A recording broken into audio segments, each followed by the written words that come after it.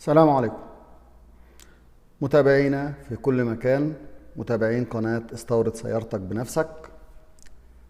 الفيديو ده هنوضح فيه ايه الضمانات اللي حضرتك تاخدها على الشركة او التاجر اللي هيستورد لك سيارتك من الخارج. كمل معايا الفيديو للآخر وان شاء الله هتعرف ايه الضمانات اللي تقدر تاخدها على التاجر، وفي نفس الوقت هرد على استفسارات كتير وردت الي بالنسبة للجزئية دي. تابع الفيديو للنهاية وما ننساش دعم القناة، لايك والشير والسبسكرايب. نبدأ بسم الله نشوف ايه اول الضمانات او ايه الضمانات اللي حضرتك هتاخدها بالنسبة للشراء من اي شركة.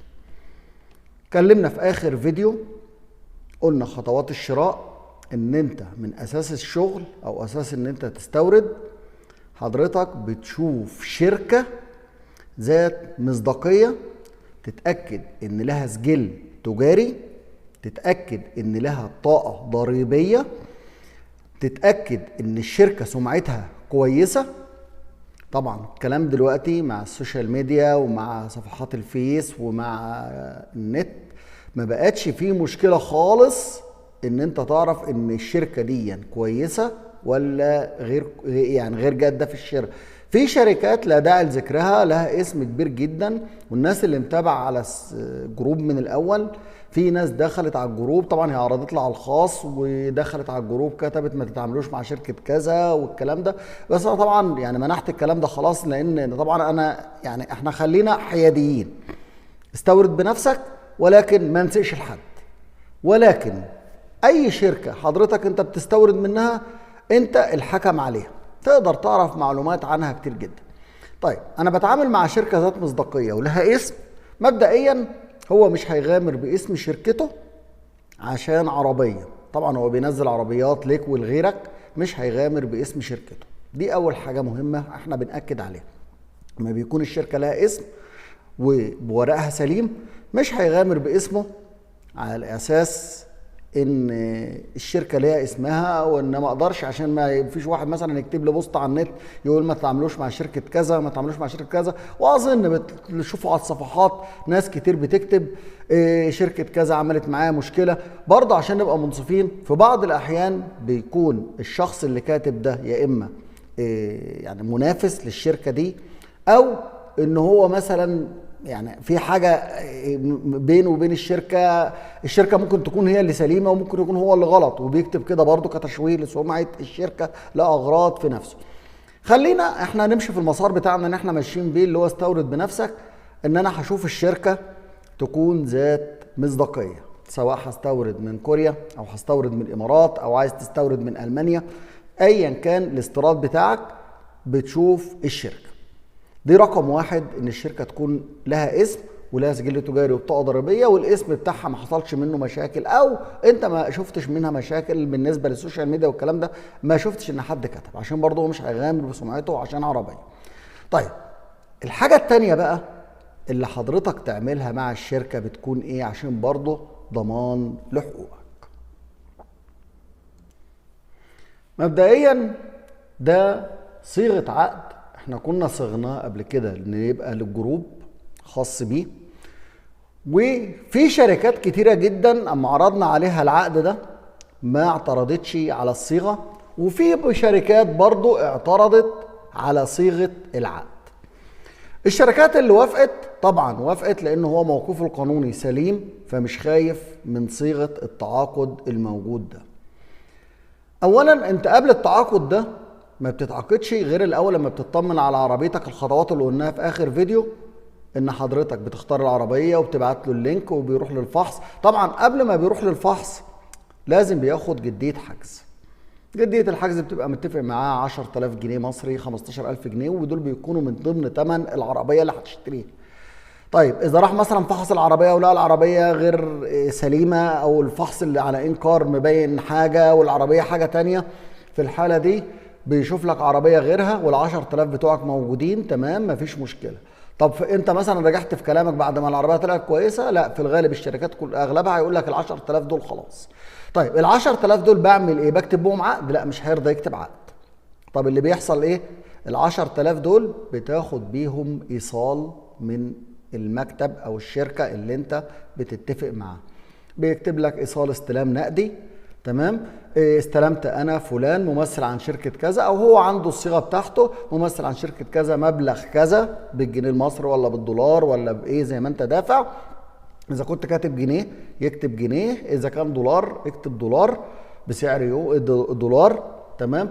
وبيمضي تحت ان هو استلم المبلغ فلان ممثلا عن الشركه، ومثلا هو ايه في الشركه، مدير مبيعات زي ما يكون في الشركه.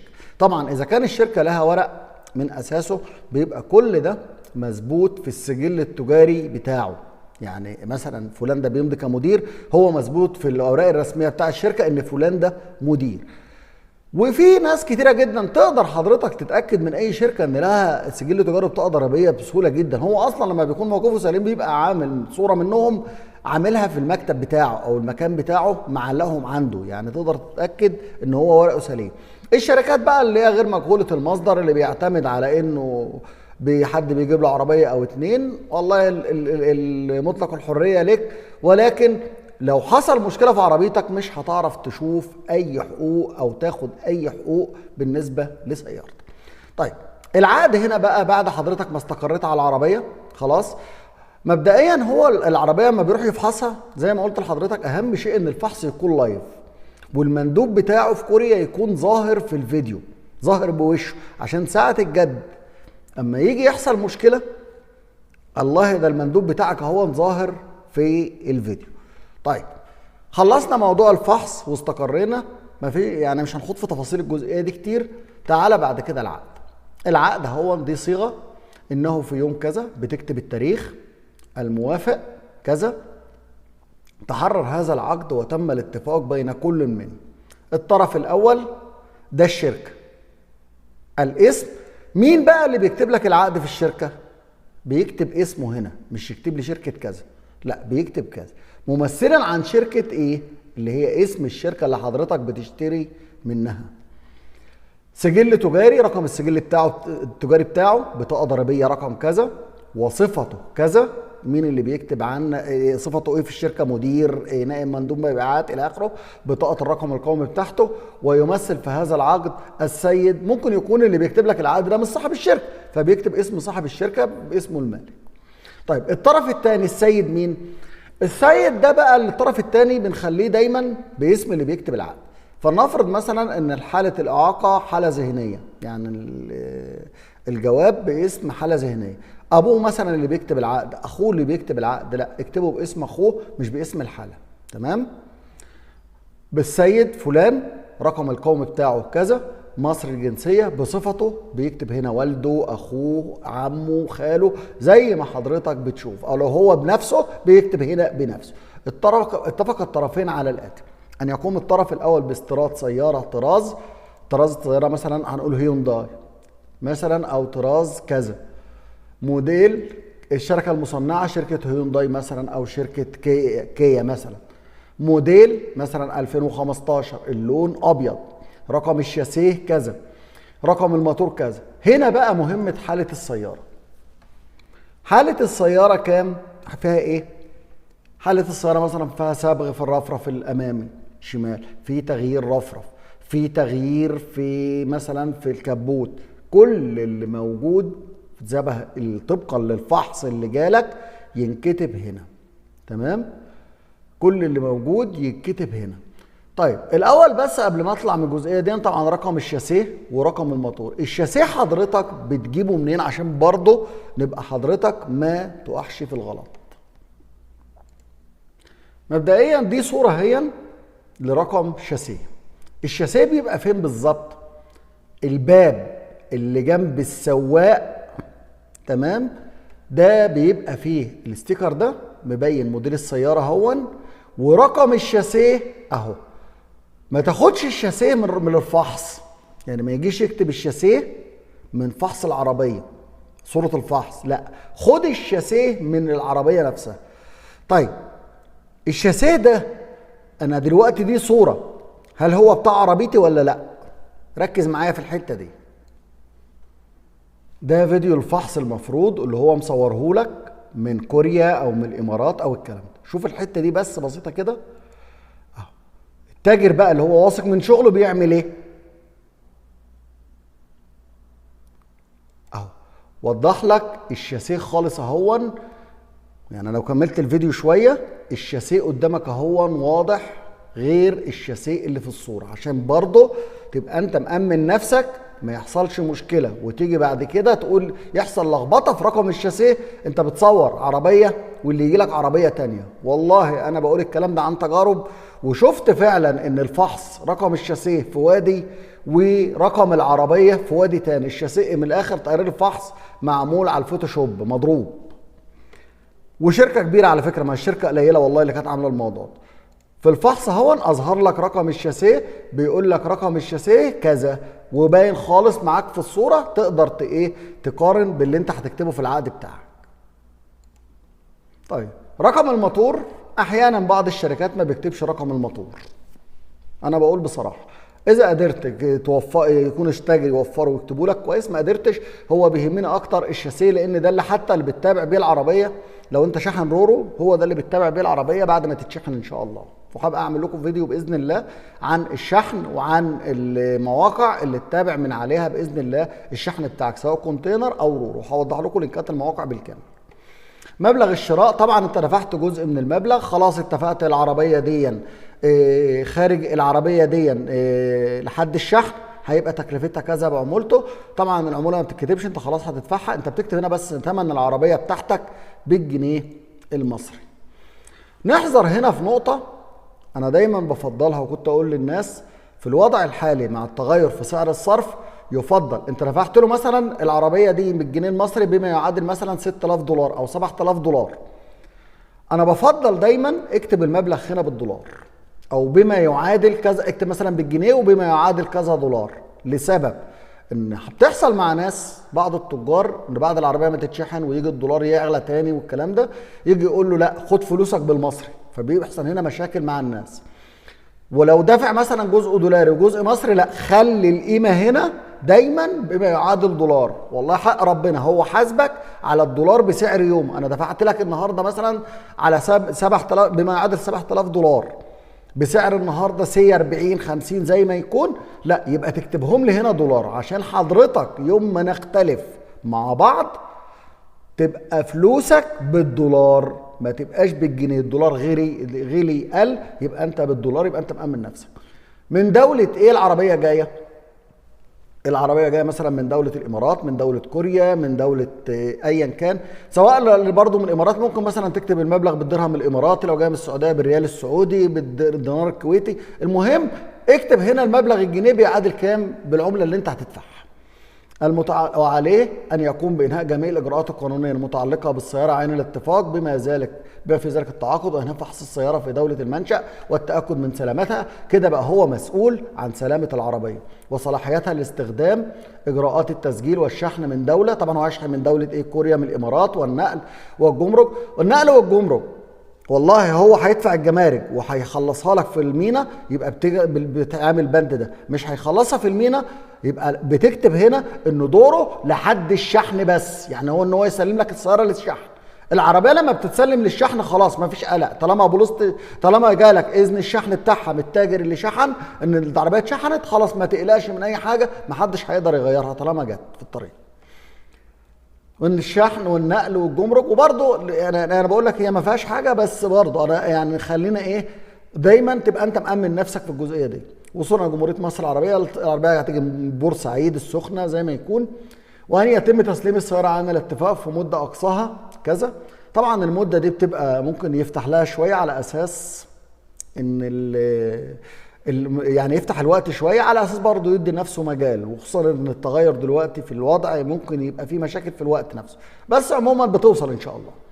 أن يسلم السيارة للطرف الثاني على حالتها الأصلية التي جرى الاتفاق عليها حسب الصور والبيانات التي جرى الاطلاع عليها. طبعا حضرتك معاك صور للعربية مصورها لك، ومعاك فيديو فحص أو 2 اللي تحتفظ بيهم على أساس إن العربية إحنا هنستلم على الفيديو ده.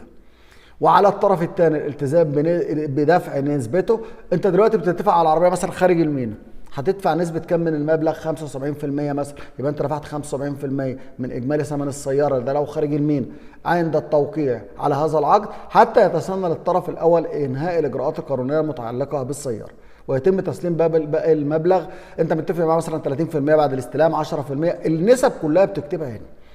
الذي تم تحديده في هذا العقد وعند التسليم في مدة اقصاها كذا. انت طبعا متفقين على الوقت، ايام من وصول السياره الى مصر. طبعا المفروض ان هو اول ما بيوصل العربيه تمام وتبدا حضرتك اجراءات استخلاص الجمركي، خلاص هو المفروض بياخد فلوسه كامله.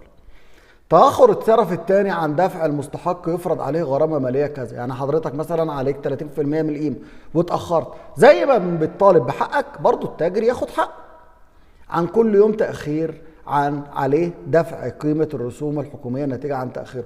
في بعض الأحيان في السيارات الكونتينر أنت مثلا 4 شاحنين مع بعض، واحد دفع، واحد ما دفعش، وثلاثة دفعوا. الواحد ده هيأخر الكونتينر بالكامل. طب في الحالة دي مين اللي يشيل الزيادة دي بقى؟ أنا دفعت عربيتي والناس اللي معايا دفعت عربيات، وانت حضرتك ما دفعتش لأي ظرف ما، لا الكونتينر بحاله هيبقى عليه أرضية. ففي الحالة دي انت اللي هتشيل المشكله دي لوحدك. دفع بقى طلع عليه 1000 10 زي ما يكون، التاخير ده هيبقى على حسابك.